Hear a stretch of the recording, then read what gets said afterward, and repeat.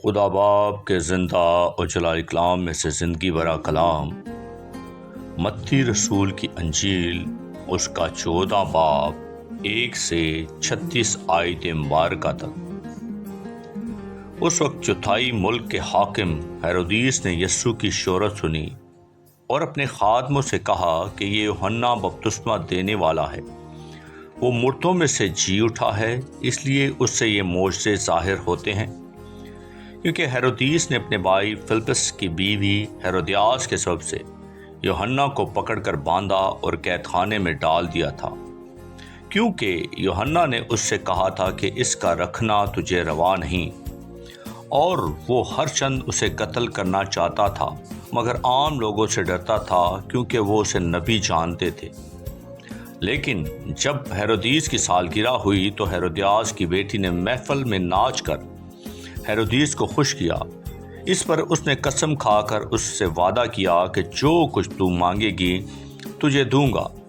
اس نے اپنی ماں کے سکھانے سے کہا، مجھے یوحنا بپتسمہ دینے والے کا سر تھال میں یہیں منگوا دے۔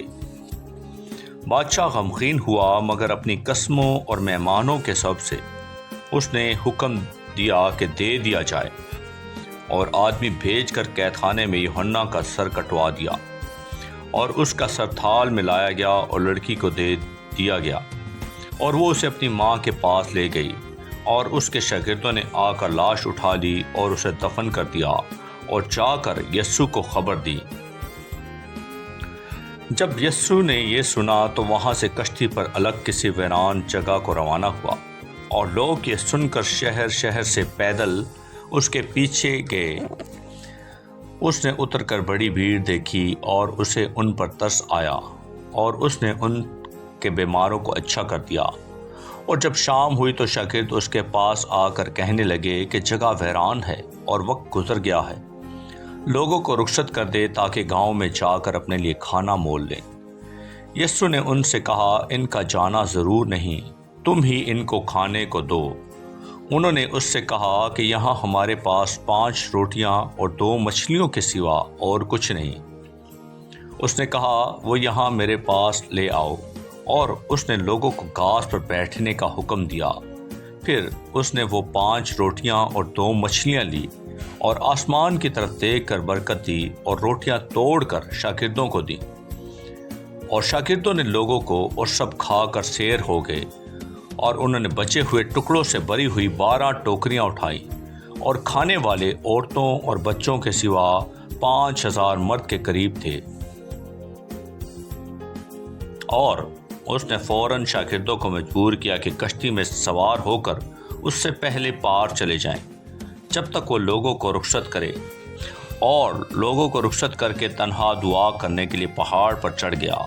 اور جب شام ہوئی تو وہاں اکیلا تھا، مگر کشتی اس وقت جھیل کے بیچ میں تھی اور لہروں سے ڈگمگا رہی تھی، کیونکہ ہوا مخالف تھی۔ اور وہ رات کے چوتھے پہر جھیل پر چلتا ہوا ان کے پاس آیا۔ شاگرد اسے جھیل پر چلتے ہوئے دیکھ کر گھبرا گئے اور کہنے لگے کہ بھوت ہے، اور ڈر کر چلا اٹھے۔ یسوع نے فوراً ان سے کہا، خاطر جمع رکھو، میں ہوں، ڈرو مت۔ پطرس نے اس سے جواب میں کہا، اے خداوند، اگر تو ہے تو مجھے حکم دے کہ پانی پر چل کر تیرے پاس آؤں۔ اس نے کہا، آ۔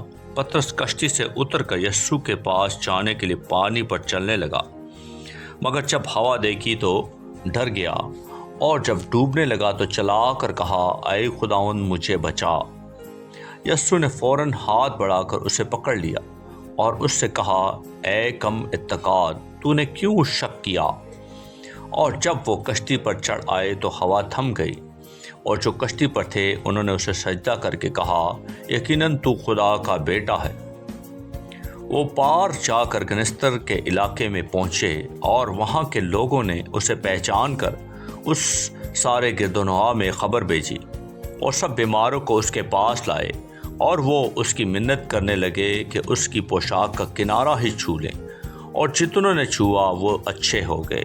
آمین۔ پاکلام کے پڑھے اور سننے جانے پر خداوند کی برکت ہو، خداوند کا شکر ہو۔ آمین۔ اس زندہ اور جلالی کلام کو زیادہ سے زیادہ شیئر کریں تاکہ لوگ سن کر برکت پائیں۔ آمین۔